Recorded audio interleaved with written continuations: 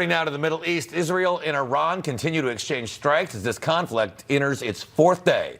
Israel's Iron Dome is under relentless missile barrages from Tehran, but despite the defense system's efforts, the death toll reaching now at least 13. Meanwhile, in Iran, the health ministry reports at least 224 people have been killed as Israel steps up its strikes on nuclear and ballistic missile sites. For more on this escalating conflict, let's welcome in the director at the Center for American Security at the America First Policy Institute, Jacob Oladar, along with foreign policy expert Harley Lippman. Thank you so much for joining us. Over the weekend, Jacob, President Trump had a long call with his counterpart, Vladimir Putin, and Putin said Russia might step in to help mediate. What do you think about that?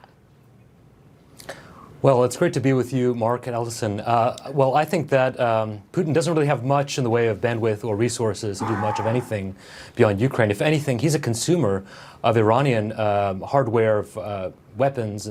So I would strongly doubt that. And I think you only need to look at the region, at Iran's proxies, those who take direction from Iran, supposedly, who are sitting this one out. Hezbollah is not in the game. Others are not because they simply can't.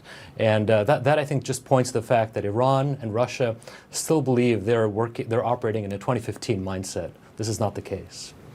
Yeah, Harley, I mean, obviously a lot's being made about President Trump saying it's possible that the U.S. could get involved in this conflict. A lot of Americans don't want to get into another war, but it may be inevitable.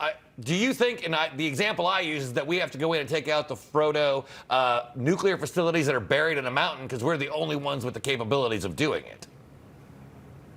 Yeah, I think I think you said it. Oh, go ahead, Harley.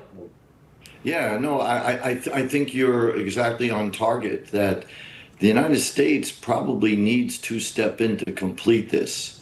We're at the cusp of the biggest change in the Middle East since Israel was created in 1947. Everything will be turned upside down on so many levels.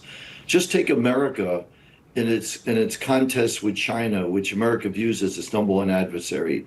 Iran sells 90% of its oil to China.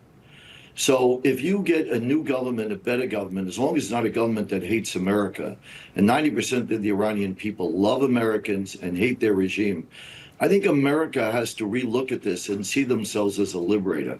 Don't be held back by past mistakes with endless wars that were terrible.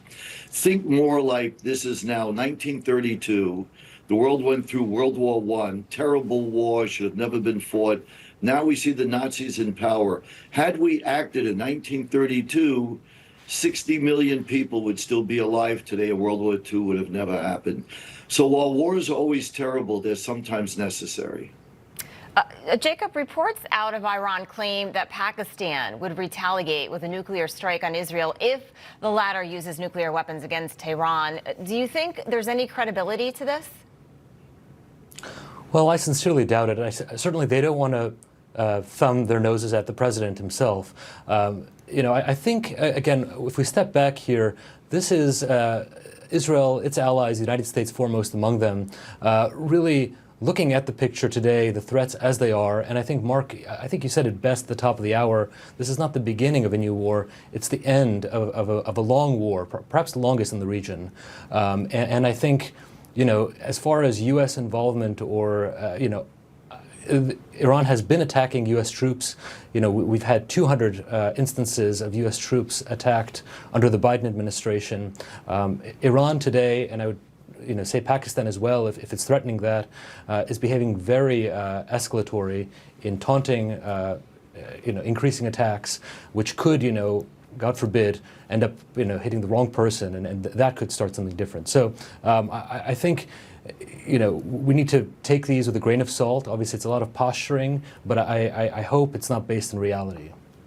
Yeah, before we go real quickly to both of you, real quick, maybe 15 seconds each. I'll start with you, Jacob. Do you think this conflict affects the potential future of the Abraham Accords? Well, I think if nothing else, I think quite the contrary. I think it solidifies, it reaffirms the success of the Abraham Accords, and it is on the basis of the first term of the Trump administration that you saw that tremendous collaboration between Israel and our partners in the region in in its defense after those Iranian attacks. You're going to see more of that because, as a guest said at the top of the hour, many of our partners in the region detest the Iranian regime even more than Israel does. Yeah, Harley, 15 seconds. I think this will help transform the Abraham Accords to the next best level. This is the maturity and the evolution that we were all looking for. I think when you look at foreign policy and things around the world, it's one of the most encouraging spots that we can see taking place in world events. All right, Jacob, Harley, thanks for joining us this morning. Hope to have you back as this conflict will continue. Thank you. All right, let's head over to Alex Kramer with some more of news headlines. Hi, Alex. Hey, Allison, Mark, it's now time for another Newsmax News Minute. Well, 3 people, including an 8-month-old baby, are dead after a shooting in the state of Utah. So it happened at an event called West Fest in West Valley City. 2 teens were also injured in the shooting, and a pregnant woman was hurt trying to get away. A 16-year-old boy is currently in custody. Now, police say